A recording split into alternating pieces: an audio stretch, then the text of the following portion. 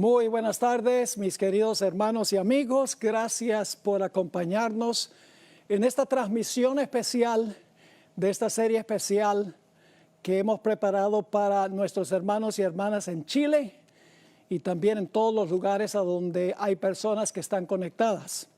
Nos agrada mucho que estén con nosotros.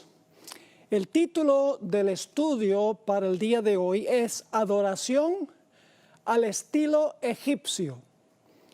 Pero antes de entrar a nuestro estudio, queremos pedir la bendición del Señor. Así que les invito con reverencia a inclinar su rostro para orar. Padre Celestial, gracias te damos por el privilegio ahora de abrir el libro que tú revelaste e inspiraste por medio del Espíritu Santo. Pedimos tu compañía, danos corazones abiertos para escuchar tu voz y recibir tu palabra y cambiar nuestra conducta si es necesario. Te damos gracias porque podemos acercarnos a ti en oración y gracias por habernos escuchado, porque te lo pedimos en el nombre de Jesús.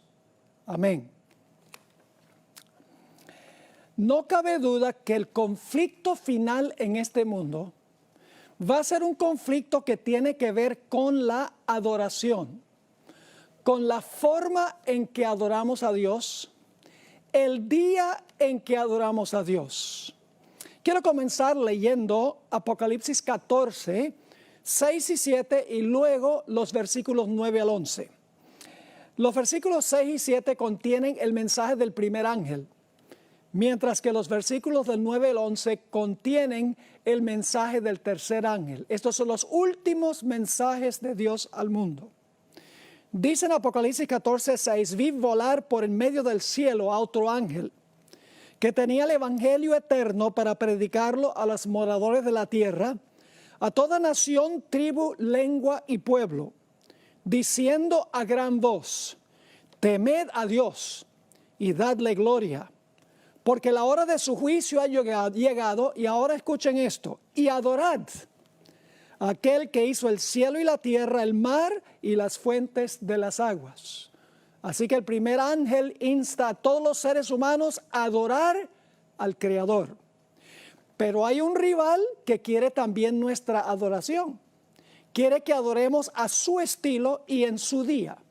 Se llama la bestia en el libro de Apocalipsis y tiene su marca, la marca de la bestia. El versículo 9 dice lo siguiente: y el tercer ángel los siguió a los primeros dos, diciendo a gran voz, si alguno adora, ahí está la palabra clave otra vez, si alguno adora a la bestia y a su imagen, y recibe la marca en su frente o en su mano, él también beberá del vino de la ira de Dios, que ha sido vaciado puro en el cáliz de su ira, y será atormentado con fuego y azufre delante de los santos ángeles y del Cordero. Y el humo de su tormento sube por los siglos de los siglos. Y no tienen reposo día ni noche. Aquí viene la palabra clave otra vez. Los que adoran a la bestia y a su imagen, ni nadie que reciba la marca de su nombre. Dos personajes están buscando nuestra adoración al final de la historia. Dios, el creador, por un lado, y el impostor, la bestia, por el otro lado. Ambos reclaman la adoración de los seres humanos. Ahora, esta tarde vamos a estudiar una triste historia. Vamos a repasar esa historia de los eventos que ocurrieron con el pueblo de Israel. Pero primero quiero comenzar leyendo 1 Corintios 10 y el versículo 11. Porque este versículo nos dice que los eventos que ocurrieron con Israel van a suceder también en los últimos días con el pueblo profeso de Dios. Dice allí en 1 Corintios 10 y el versículo 11, después de relatar varias experiencias de la historia de Israel, lo siguiente: y estas cosas les acontecieron como ejemplo, y están escritas para amonestarnos a nosotros, dice el apóstol Pablo, a quienes han alcanzado los fines de los siglos. La historia de Israel nos enseña grandes lecciones a la iglesia cristiana, los que van a vivir a los fines de los siglos. Así que vamos a mirar rápidamente la trayectoria de la historia de Israel, porque lo que pasó con Israel, literalmente, con el Israel literal, representa lo que sucede con el pueblo espiritual de Dios, con el Israel espiritual, con la iglesia cristiana. En el caso de Israel, Egipto representa el mundo. Canaán, hacia donde marcha el pueblo, representa el destino celestial, representa el reino venidero, el reino eterno. La experiencia de Israel es un microcosmo de la experiencia de la iglesia. Ustedes recuerdan que el pueblo de Israel estaba en servidumbre. Igualmente, los que pertenecen ahora en la iglesia, antes de conocer a Cristo, estaban en servidumbre espiritual al pecado. En su desesperación, el pueblo de Israel clamó a Dios para que los librara. De la misma manera, los que estábamos fuera de Cristo, clamamos a Cristo para que nos librara del pecado.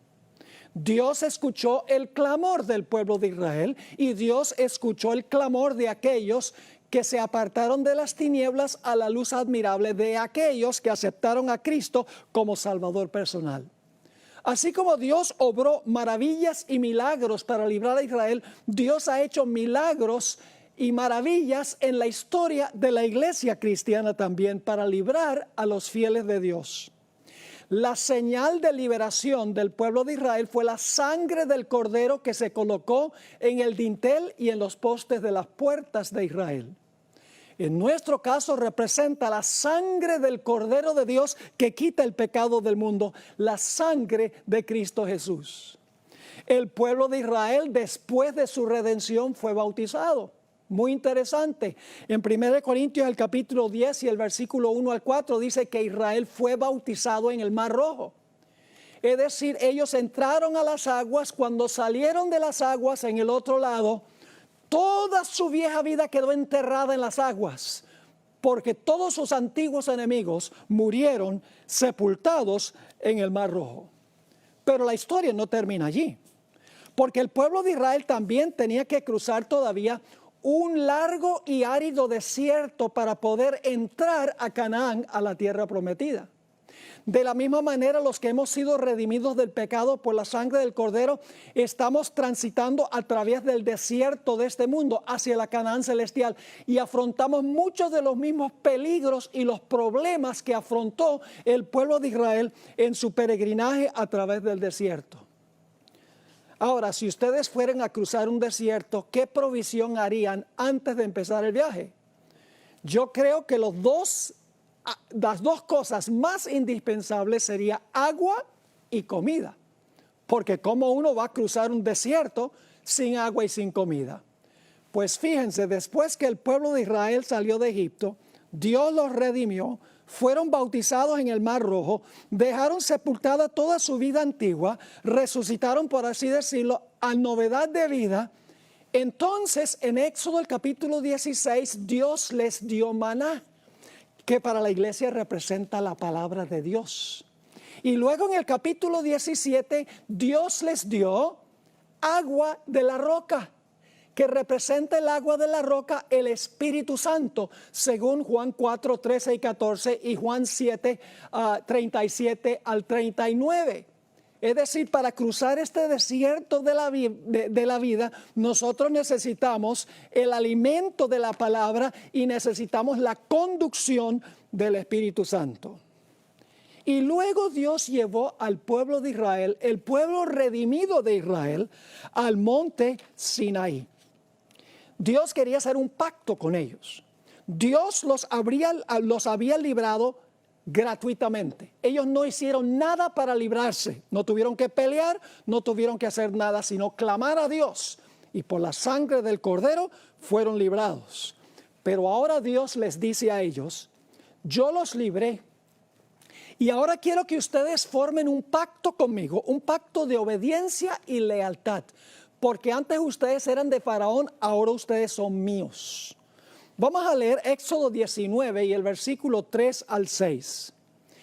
Y Moisés subió a Dios Y Jehová lo llamó desde el monte diciendo: así dirás a la casa de Jacob y anunciarás a los hijos de Israel: vosotros visteis lo que hice a los egipcios, y cómo os tomé sobre alas de águilas y os he traído a mí.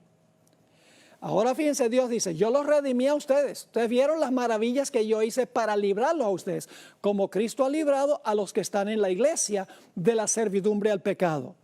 Y luego Dios dice en el versículo 5, ahora pues, sí, es el sí condicional, si dieres oído a mi voz y guardareis mi pacto, vosotros seréis mi especial tesoro sobre todos los pueblos, porque mía es toda la tierra. Y vosotros me seréis un reino de sacerdotes y gente santa. Estas son las palabras que dirás a los hijos de Israel. Dios dice: yo quiero que este pueblo haga un pacto conmigo, un pacto de oír mi voz y de guardar mi pacto. Así que ahora Moisés le entrega el mensaje de Dios al pueblo de Israel. Noten Éxodo 19, 7 y 8. Entonces vino Moisés y llamó a los ancianos del pueblo y expuso en presencia de ellos todas estas palabras que Jehová le había mandado. ¿Y cómo respondió el pueblo? Versículo 8. Y todo el pueblo respondió a una y dijeron: todo lo que Jehová ha dicho, haremos. Dios hizo la oferta, el pueblo dice: aceptamos la oferta. Y ahora Moisés le lleva las palabras a Dios del pueblo. Dice en Éxodo 19 y el versículo 8: y todo el pueblo respondió a una y dijeron: todo lo que Jehová ha dicho haremos. Y ahora escuchen bien. Y Moisés refirió a Jehová las palabras del pueblo. Es decir, el pacto ahora estaba completo. Dios había ofrecido el pacto a condición de oír su voz y guardar su pacto. Y el pueblo había dicho: aceptamos eso, aceptamos oír tu voz y aceptamos obedecerte. En realidad el pacto en el Sinaí fue un pacto matrimonial entre Dios e Israel. Por eso es que en el Antiguo Testamento Dios constantemente acusó a Israel de portarse como ramera y de fornicar con otras naciones, porque ellos debían tener solo a Dios como su esposo. Noten lo que dice Jeremías 31, 32, a donde dice que ese pacto fue un pacto matrimonial. Dice allí Dios, refiriéndose a lo que ocurrió en el monte Sinaí: no como el pacto que hice con sus padres, el día que tomé su mano para sacarlos de la tierra de Egipto, porque ellos invalidaron mi pacto, que fue lo que Israel hizo. Dios dice: ellos invalidaron mi pacto, aunque fui yo un marido para ellos, dice Jehová. Es decir, fue un pacto matrimonial. Ahora yo les pregunto, ¿un pacto tiene condiciones? ¿Un matrimonio tiene condiciones? ¿Hay estatutos y reglamentos en el matrimonio? Sí. Uno de los reglamentos principales es que uno no puede tener otras mujeres como amantes, otros hombres como amantes. Se conserva uno solo para la persona con quien uno se casó. Así que Dios le va a dar a Israel en Éxodo 19 y Éxodo 20, a Israel las condiciones del pacto. Les va a entregar los 10 mandamientos. Ahora, noten que Dios no dice: obedézcanme y los voy a librar de Egipto. No, Dios dice: yo los libré de Egipto, ahora ustedes por gratitud me van a obedecer y van a guardar mis mandamientos. Jesús dijo: si me amáis, guardad mis mandamientos. Es decir, Israel debía amar a Dios porque los libró sin esfuerzo de ellos. Y en respuesta deben haber oído la voz de Jehová y deben haber obedecido el pacto. Noten Éxodo 20 y el versículo 1 y 2. Aquí en realidad comienzan los 10 mandamientos. Generalmente la gente piensa que los 10 mandamientos comienzan donde dice: no tendrás dioses ajenos delante de mí. Pero los 10 mandamientos tienen un prólogo, una motivación para guardar los mandamientos.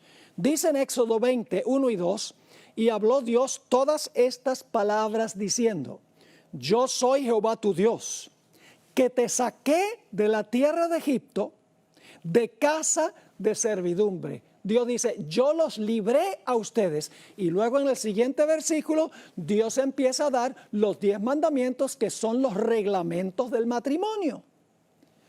Ahora, antes Dios dice, ustedes eran de Faraón, pero ahora ustedes son míos.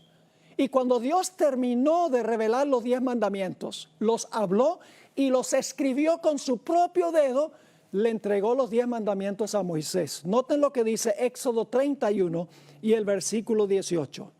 Y dio a Moisés, cuando acabó de hablar con él en el monte Sinaí, 2 tablas del testimonio, tablas de piedra escritas con el dedo de Dios. La fidelidad de la iglesia de Dios en el Antiguo Testamento no duró mucho tiempo. Su obediencia a Dios duró solo unos días. En realidad fue infiel a su pacto matrimonial muy pronto. Noten lo que dice Éxodo 32 y el versículo 1. El siguiente versículo, después que leemos que Dios le dio los 10 mandamientos a Moisés. Dice ahí en Éxodo 32 y el versículo 1. Viendo el pueblo que Moisés tardaba en descender, como la segunda venida de Jesús ha tardado más de lo que nosotros pensamos, dice, viendo el pueblo que Moisés tardaba en descender del monte, se acercaron entonces a Aarón y dijeron, levántate, haznos dioses. Ahora escuchen bien, la palabra Elohim se traduce dioses y también Dios. El plural aparece muy a menudo como singular. Por ejemplo, en Génesis 1:1, en el principio creó Dios. La palabra es Elohim, la misma palabra que está aquí. Así que mejor es decir que la gente estaba diciendo, haznos Dios, que vaya delante de nosotros. Y ahora fíjense qué despectivos eran con su líder. Porque a este Moisés, el varón que nos sacó de la tierra de Egipto, no sabemos qué le haya acontecido, está demasiado demorado. No sabemos qué le pasó a este Moisés, el que nos sacó de la tierra de Egipto. Y luego entonces comienza una rebelión en el campamento, instigada por un grupo que se conoce como la multitud mixta. Permítame leerles una cita sobre la identidad de la multitud mixta. En el libro Patriarcas y Profetas, página 433, dice que esta gente salió con Israel, pero no era de Israel. Dice lo siguiente, la multitud mixta que acompañaba a los israelitas desde Egipto daba continuamente origen a dificultades y tentaciones. Los que la componían decían haber renunciado a la idolatría y profesaban adorar al Dios verdadero. Pero su educación y disciplina anteriores habían moldeado sus hábitos y sus caracteres, de modo que en mayor o menor medida estaban corrompidos por la idolatría y la irreverencia hacia Dios. Ellos eran los que más a menudo suscitaban contiendas, eran los primeros en quejarse y corrompían el campamento con sus prácticas idólatras y sus murmuraciones contra Dios. Qué tremenda descripción de los instigadores de la rebelión. Salieron con Israel, pero su corazón no estaba con Israel. Eran idólatras, como dice aquí. Habían tenido una educación y disciplina en el politeísmo. No tenían reverencia para con Dios. Noten lo que dice Éxodo 32 y el versículo 2 y 3. Ahora el líder Aarón escucha lo que ellos quieren, que se haga un Dios que ellos quieren representar a Jehová, Dios, con lo que va a hacer Aarón. Y Aarón accede. Dice en el versículo 2 del capítulo 32, y Aarón les dijo, apartad los zarcillos de oro que están en las orejas de vuestras mujeres y de vuestros hijos y de vuestras hijas y traédmelos. Entonces todo el pueblo apartó los zarcillos de oro que tenían en sus orejas y los trajeron a Aarón. Ahora escúcheme bien, no trajeron todos los que tenían. Vamos a ver al final de la historia que le quedaron muchos zarcillos y muchos collares, pero trajeron algo para que se fundieran para hacer el becerro de oro. Noten el versículo 4.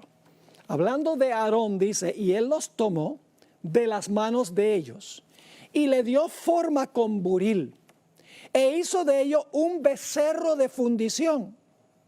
Entonces dijeron, Israel, estos son tus dioses. Ahora dice dioses, pero una mejor traducción es, este es tu Dios que te sacó de la tierra de Egipto. Elena White hizo un comentario muy interesante en la Review and Herald, septiembre 6 de 1906, sobre este versículo donde dice, estos son tus dioses que te sacaron. La hermana White identificó que ellos lo que querían era representar a Dios con el becerro, no dioses paganos, el Dios de Israel.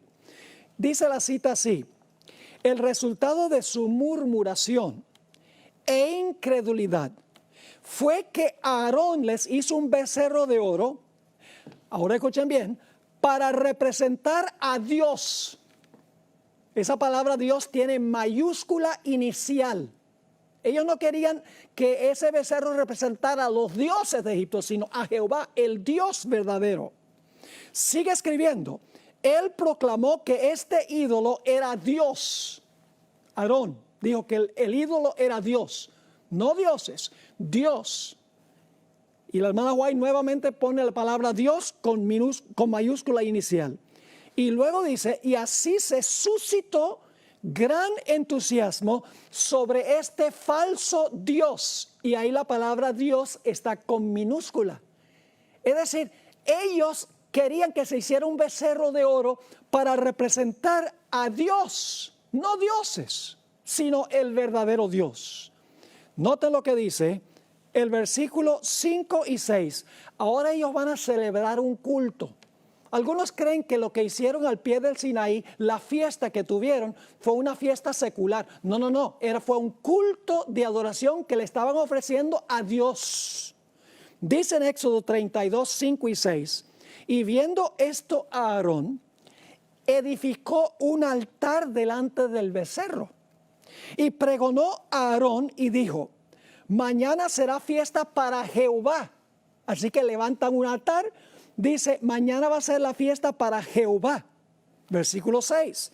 Y al día siguiente madrugaron y ofrecieron holocaustos. Fíjate, este es un culto. Ofrecieron holocaustos y presentaron ofrendas de paz. Y se sentó el pueblo a comer y a beber y se levantó a regocijarse. Y entonces Dios ahora sabe lo que está pasando y Dios está con Moisés allá en el monte y Dios ahora le va a decir algo muy interesante a Moisés. En el versículo 7 dice lo siguiente. Entonces Jehová dijo a Moisés, anda, desciende, porque tu pueblo que sacaste de la tierra de Egipto se ha corrompido. La gente había dicho, ¿dónde está este Moisés, el que nos sacó de la tierra de Egipto? Ahora Dios escuchó eso y dice, mira, lo que está haciendo tu pueblo, que tú sacaste de Egipto. Mis hermanos y hermanas, el pacto quedó anulado allí en el monte Sinaí. Voy a leerles varias citas del libro Patriarcas y Profetas. En la página 328, la hermana White escribió, el pacto de Dios con su pueblo había sido anulado. En otra cita, página 329, ella escribió, Dios había dado a entender que rechazaba a su pueblo. La palabra en inglés no es rechazada, es la palabra disowned, que significa, este pueblo ya no es mío. En la página 329 ella dice, los pecados de Israel ya les habían hecho perder el favor de Dios y la justicia exigía su destrucción. Y en la página 334 dice, los israelitas eran culpables de haber traicionado a un rey que los había colmado de beneficios y cuya autoridad se habían comprometido voluntariamente a obedecer. Ahora Moisés va a interceder por el pueblo. Dios le ha dicho, el pueblo que tú sacaste de Egipto se ha prostituido. Y ahora Moisés va a hablar con Dios y fíjense lo que le va a decir en Éxodo, el capítulo 32 y el versículo 11. Entonces Moisés oró en presencia de Jehová su Dios y dijo: oh Jehová, ¿por qué se encenderá tu furor contra tu pueblo que tú sacaste de la tierra de Egipto con gran poder y con mano fuerte? Moisés estaba diciendo: no me eches este muerto a mí. Tú fuiste el que sacaste a este pueblo de Egipto. Tú fuiste el que libraste a esa gente de Egipto. Ahora noten lo que dice el versículo 15 y 16. Ahora Moisés sabe lo que está pasando al pie del monte. Él está intercediendo por el pueblo que se ha prostituido, que ha quebrantado el pacto de Dios. El pacto ahora no aplica porque han roto su voto matrimonial con Dios. Y en Éxodo 32, 15 y 16 dice: y volvió Moisés y descendió del monte, trayendo en su mano las 2 tablas del testimonio. Las tablas escritas por ambos lados, de uno y otro lado estaban escritas.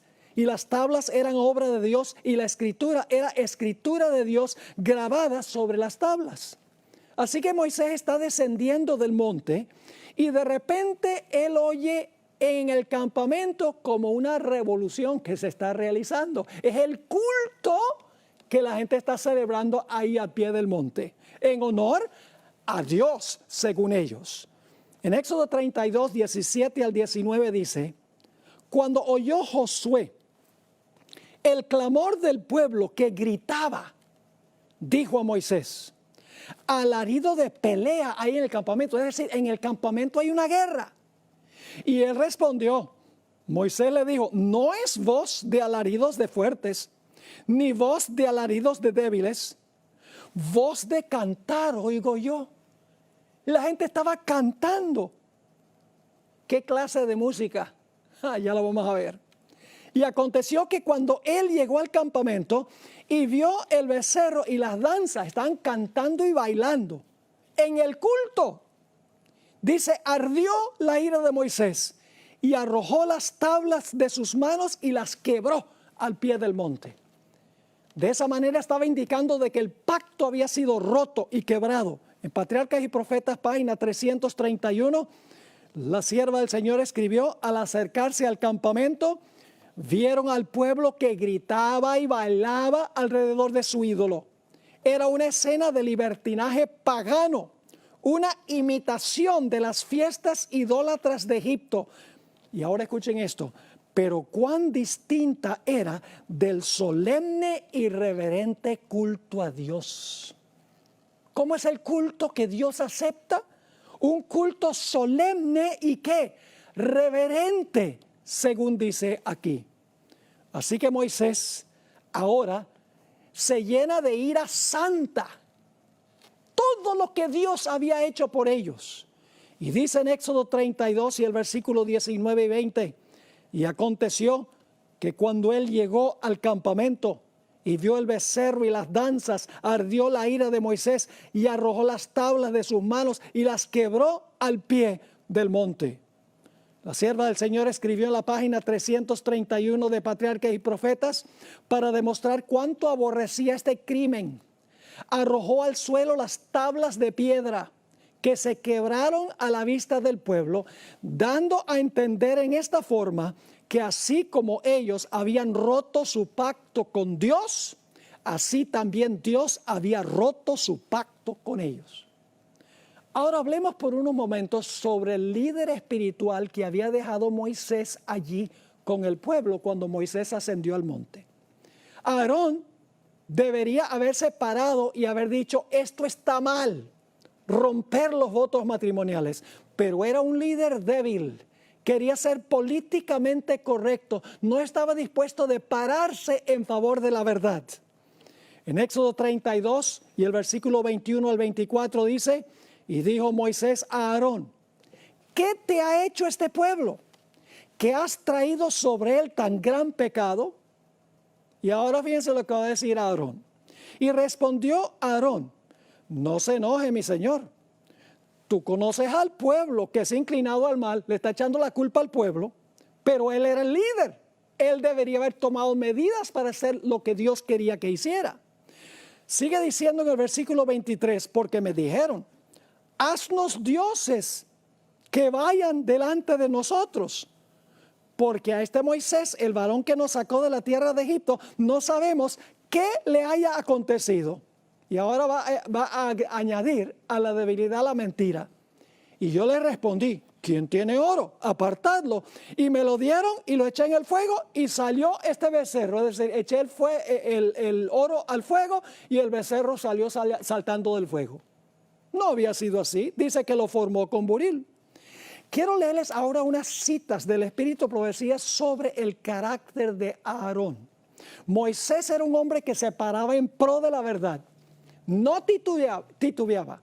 Aunque lo quisieran apedrear, él hacía lo que era correcto. No así con Aarón. Dice en Patriarcas y Profetas, página 327. Aarón reconvino débilmente al pueblo. Y su vacilación y timidez en el momento crítico solo sirvieron para hacerlos más decididos en su propósito.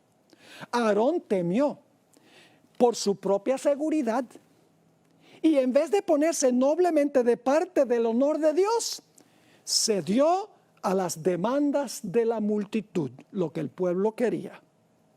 La gente admiró la gentileza y la paciencia de Aarón, pero ni Moisés ni Dios lo vieron así. En Testimonios para la Iglesia, tomo 4, páginas 514 y 515, agrega esto en cuanto a Aarón. Por temor a ofender al pueblo, guardó silencio. No se paró audazmente a favor de Dios, sino que para complacer al pueblo, darle al pueblo lo que ellos querían. Para complacer al pueblo, hizo un becerro de oro.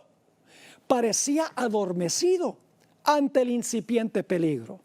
Aarón podría haber coartado la primera palabra rebelde, pero temía tanto ofender al pueblo que aparentemente se unió con ellos y finalmente lo persuadieron que hiciera un becerro de oro para ellos adorarlo.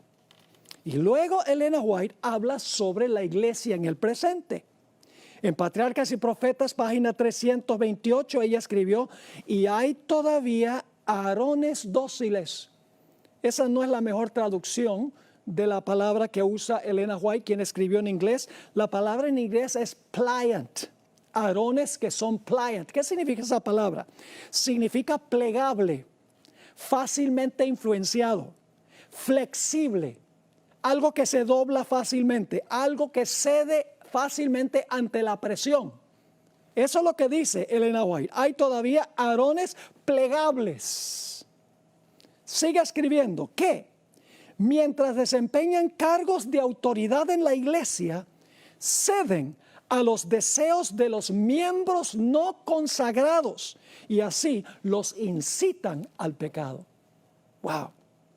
Una última cita sobre el carácter de Aarón, Patriarcas y Profetas, página 333.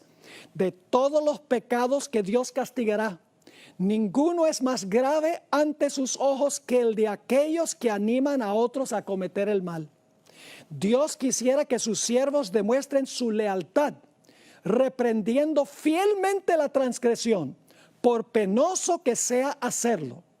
Aquellos que han recibido el honor de un mandato divino no han de ser débiles y dóciles contemporizadores. No han de perseguir la exaltación propia ni evitar los deberes desagradables, sino que deben realizar la obra de Dios con una fidelidad inflexible. Esa es la clase de líder que Dios está buscando. No el líder que se deja llevar por la corriente de lo que la gente quiere. Elena White nos dice que inclusive algunos que se pararon en favor de la verdad perdieron sus vidas. Patriarcas y Profetas, página 327.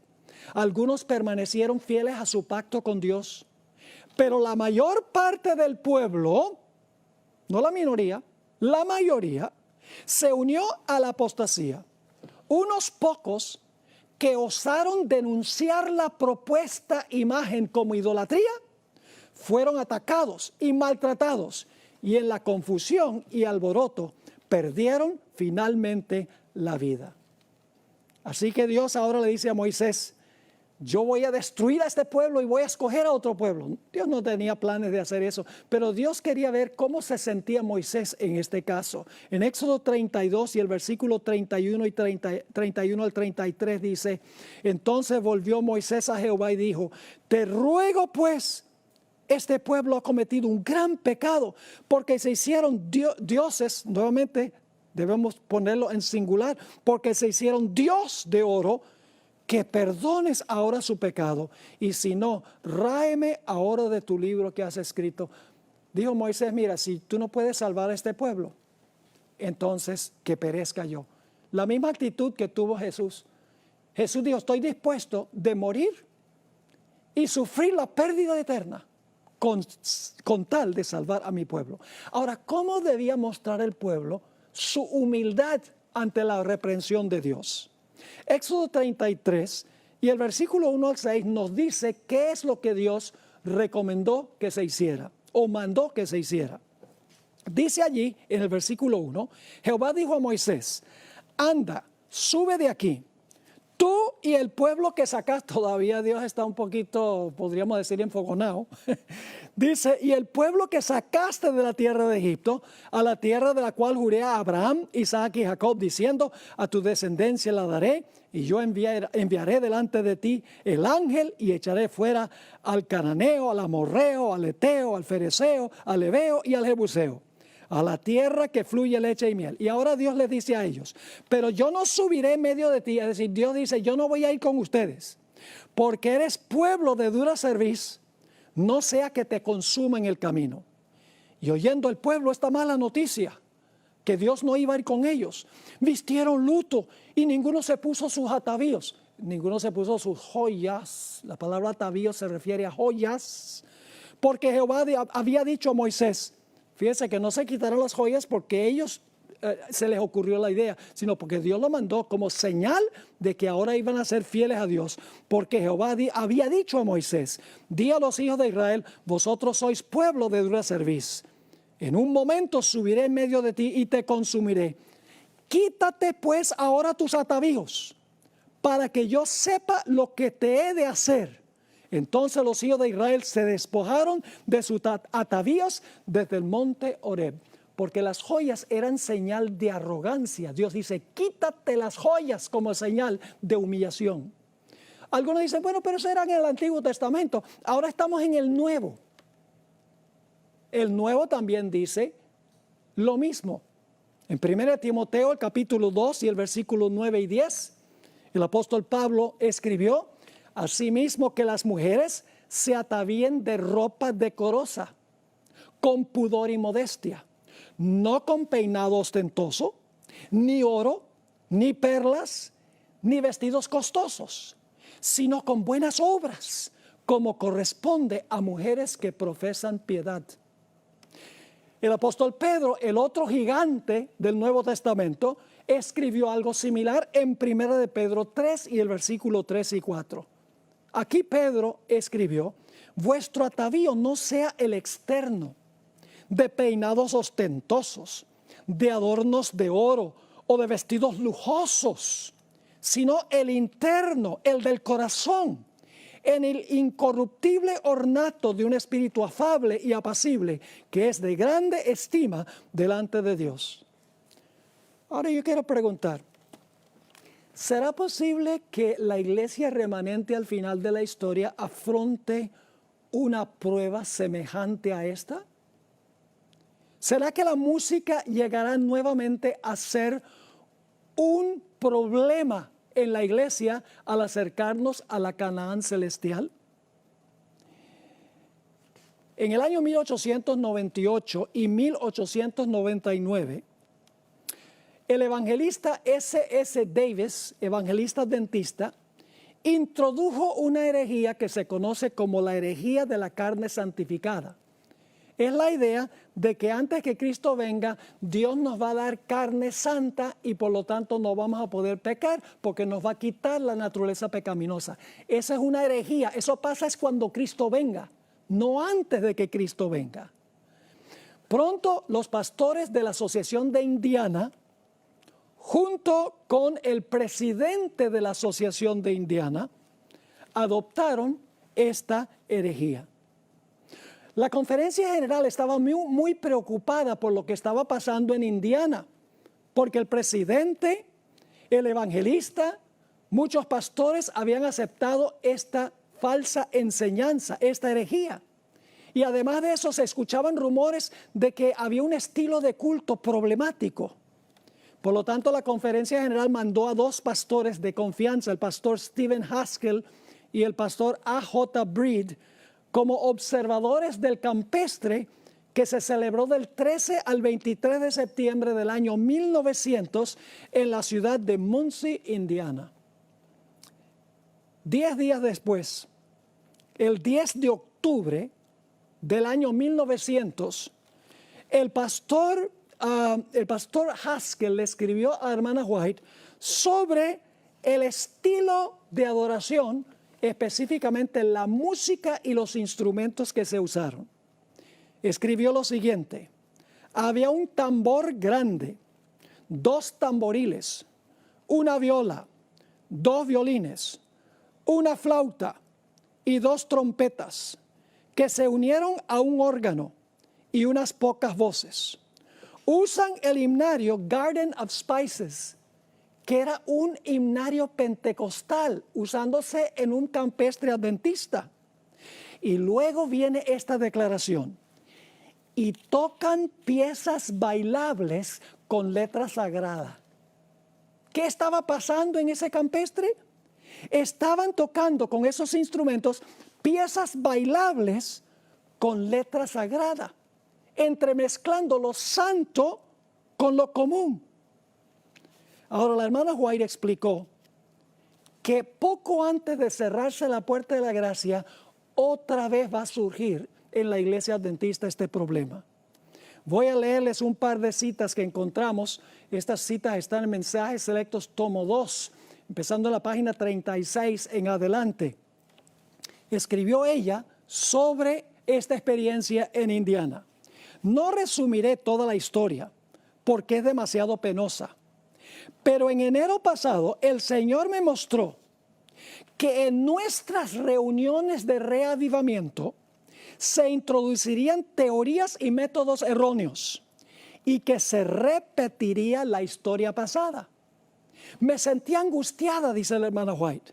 Se me instruyó para que dijera que en esas demostraciones estaban presentes demonios en forma humana que trabajaban con todo el ingenio que Satanás puede emplear para hacer que la verdad resultase ociosa para las personas sensibles.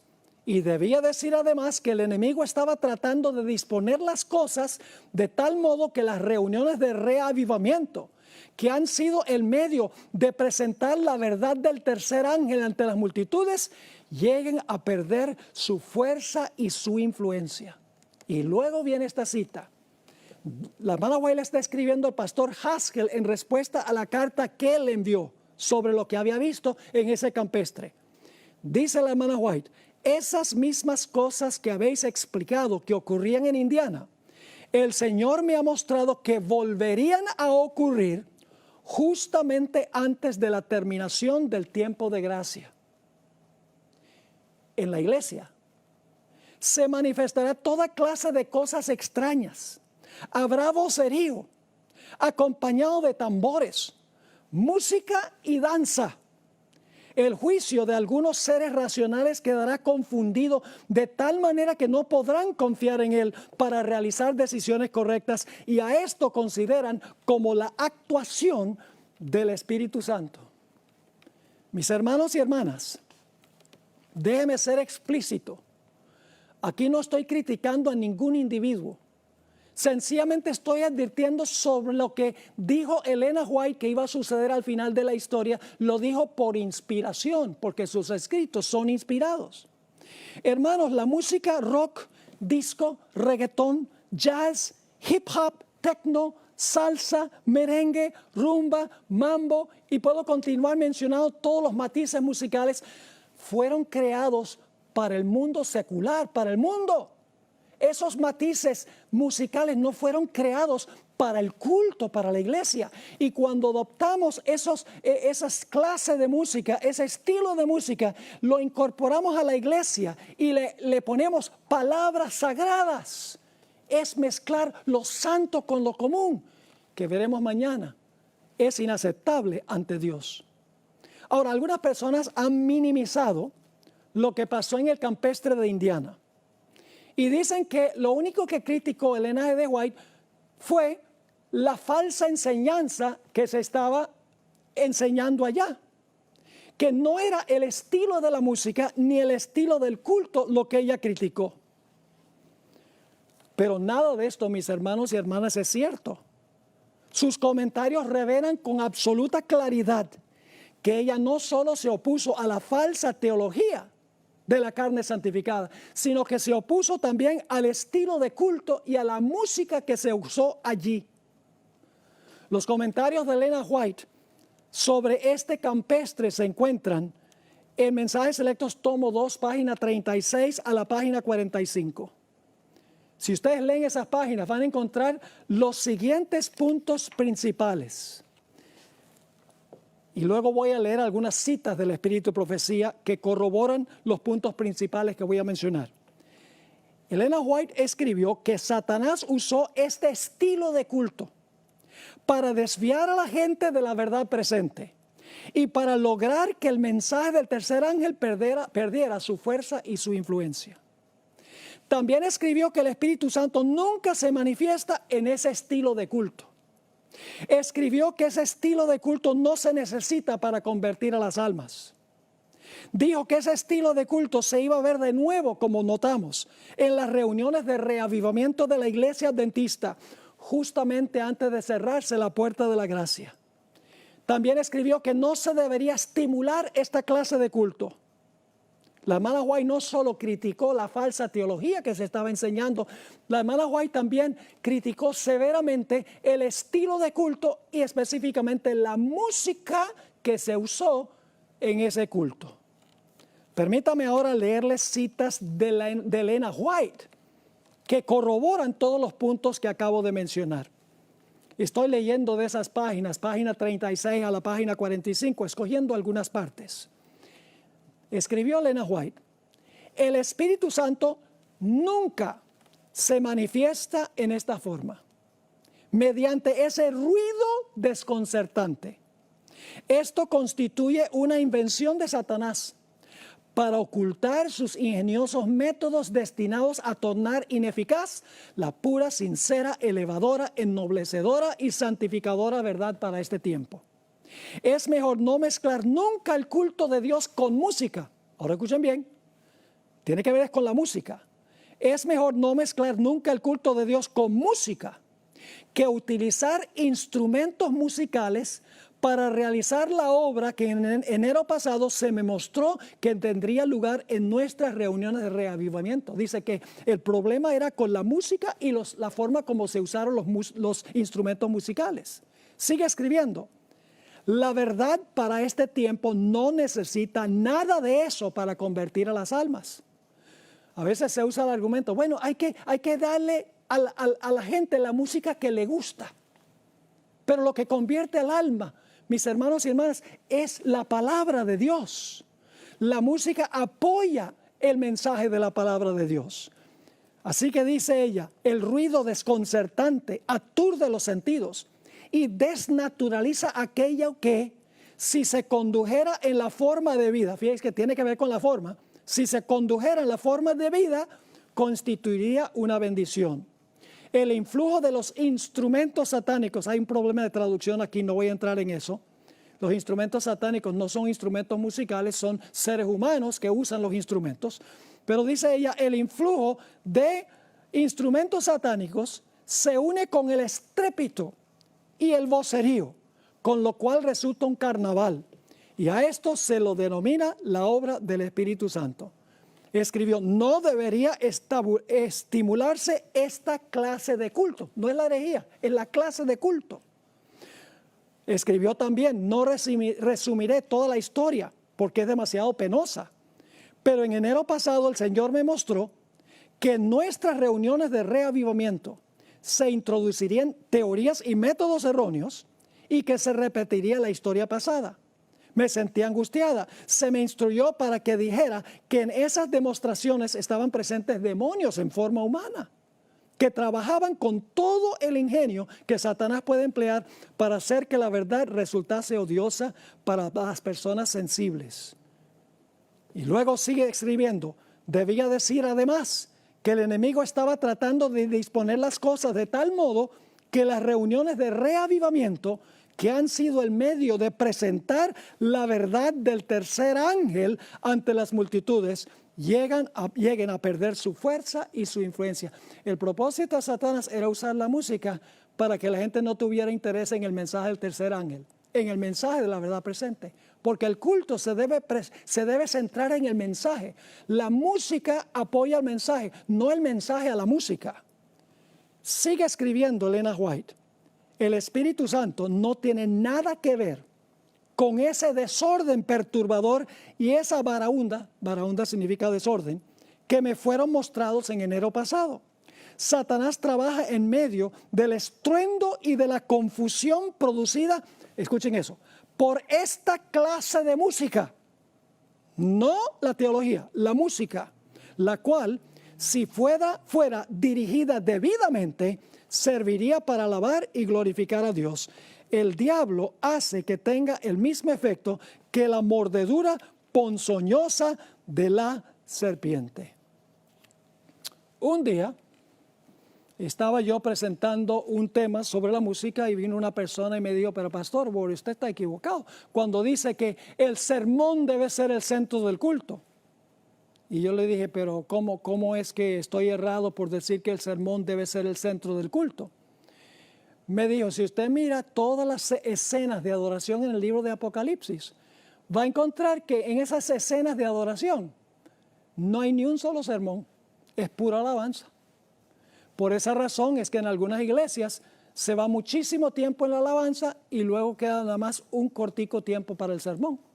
Y no lo digo porque me lo dijeron, sino porque soy predicador y tengo esa experiencia. He ido a iglesias a donde se dedica 1 hora a la alabanza y después dicen, pastor, tiene 15 minutos para predicar el sermón. Eso es poner la carreta antes que el caballo, mis hermanos y hermanas. Porque el culto debe centrarse en el sermón.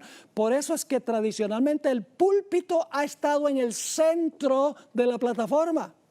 La Iglesia Católica es el altar, porque la teología católica dice que el centro del culto es la misa o la Eucaristía. En muchas iglesias protestantes hoy en día no tienen ni púlpito ni altar, tienen un escenario grande. Están diciendo que ahí el entretenimiento es lo central. Pero en la iglesia adventista el púlpito está en el centro porque la predicación de la palabra es central en el culto adventista. Y entonces yo le miré y le dije, sí hay sermón. Me dijo, muéstramelo. Yo no veo ningún sermón. En Apocalipsis 4, Apocalipsis 5, Apocalipsis 19, Apocalipsis 7, hay escenas de adoración y nunca hay un sermón. Yo le dije, el problema es que no te has fijado cuidadosamente en esas escenas de adoración. Le dije, ¿tú has visto por qué están cantando esos grupos en los diferentes capítulos? Me dijo, no, sencillamente están cantando. Yo le dije, no están sencillamente cantando. El himno está acorde con un evento que acaba de ocurrir. Y luego le mencioné, cuando Cristo nació, los ángeles cantaron un himno. Claro que cantaron un himno. ¿Cantaron un himno en honor de Cristo quien murió en la cruz? No. Gloria a Dios en las alturas y en la tierra paz, buena voluntad para con los hombres, porque había nacido el Mesías. El himno estaba acorde con el evento. Cuando Cristo murió sobre la cruz, en Apocalipsis 12, 10 al 12, los ángeles celestiales elevaron una canción y dijeron, ha sido echado fuera el acusador de los hermanos. En Apocalipsis 4, cuando Jesús estaba por ascender al cielo y el Padre estaba sentado solo en el trono antes que llegara Jesús, los seres celestiales están cantando un himno en honor al Creador que está sentado en el trono. En Apocalipsis 5, cuando el Señor Jesucristo llega al cielo ante su Padre, para preguntarle si su sacrificio ha sido suficiente, los seres celestiales irrumpen en un himno en honor al Cordero de Dios que acaba de regresar del campo de batalla vivo. Cuando Cristo toma el reino, según Apocalipsis 11, 15 y 16, se canta un himno describiendo que ahora Cristo y el Padre han tomado el reino. Cuando el pueblo de Dios gana la victoria sobre la bestia y su imagen, según Apocalipsis 15, 3 y 4, están cantando un himno en cuanto a la victoria que han ganado sobre la bestia y su imagen. Cuando la ramera es juzgada, lo mismo, Apocalipsis 19, 1 y 2.